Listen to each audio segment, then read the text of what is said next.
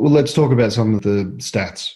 So 1991, 14.3% of male prisoners in Australia were Indigenous, and now by March 2020, it was 28.6%.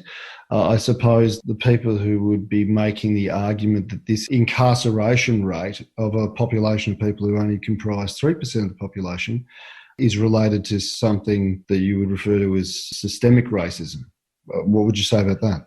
Look, racism may play a part, but it is certainly not the big factor. And a term like systemic racism, it's a very nebulous term. It's morphed into anything that's white is systemic racism. We know that many of the Aboriginal people in prison are there for committing serious crimes. A lot of it's violence and attack on people and their property.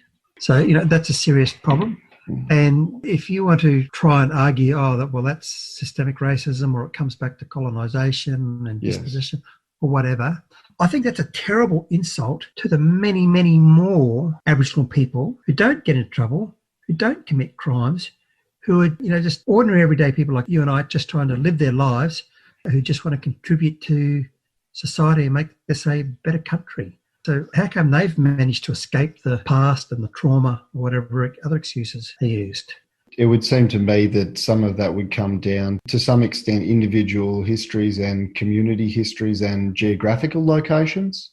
Geographical location is a big one. Yeah.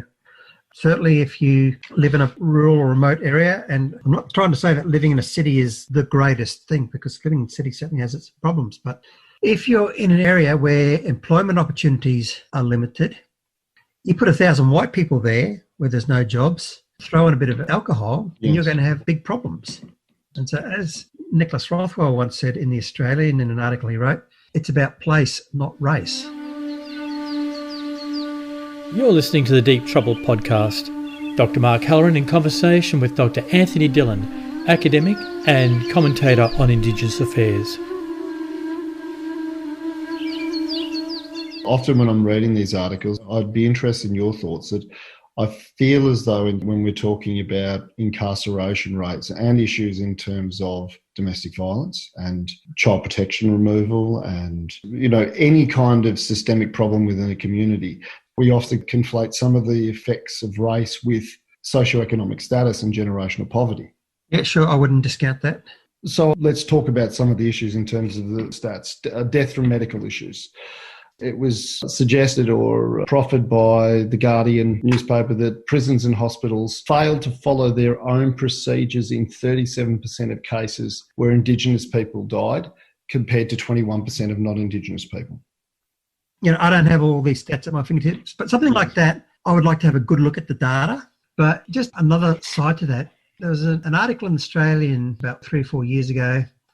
A senior officer with more than 20 years experience in regional watch houses, he was reported to have said the complex health problems of many Aboriginal people, even young ones, should terrify police who are required to care for them.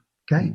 It should terrify police who are required to care for them. So yes, just like outside of jail, we know that there are medical problems, diabetes, which is rampant in my family. And after these last 2 or 3 months of not going to the gym, I'm really frightened of going to the doctor for my blood sugar test. I don't want to do it because I know it's likely to be the outcome. But you have those sorts of problems. I think what you're talking about is complex comorbidities that might explain differences. Yes. And so, that's no excuse not to offer the best medical care available, but we just need to be aware of the limitations and what factors are at play here. In terms of the justice system, do you think it varies from state to state in terms of the way they respond to Indigenous people at every level of the justice system, from police to the courts? Is there state variation, are you asking? Yeah. Yes, I would say so. Certainly in Western Australia, there's higher rates of incarceration. So yeah, there's certainly variation. There's variation across the lifespan when people come into contact with the justice system. For example, just reading in The Australian just this week, which has been reported before, but it was saying many Indigenous kids from remote Kimberley communities went to prison on remand in Perth because there was no responsible adult to look after them back in their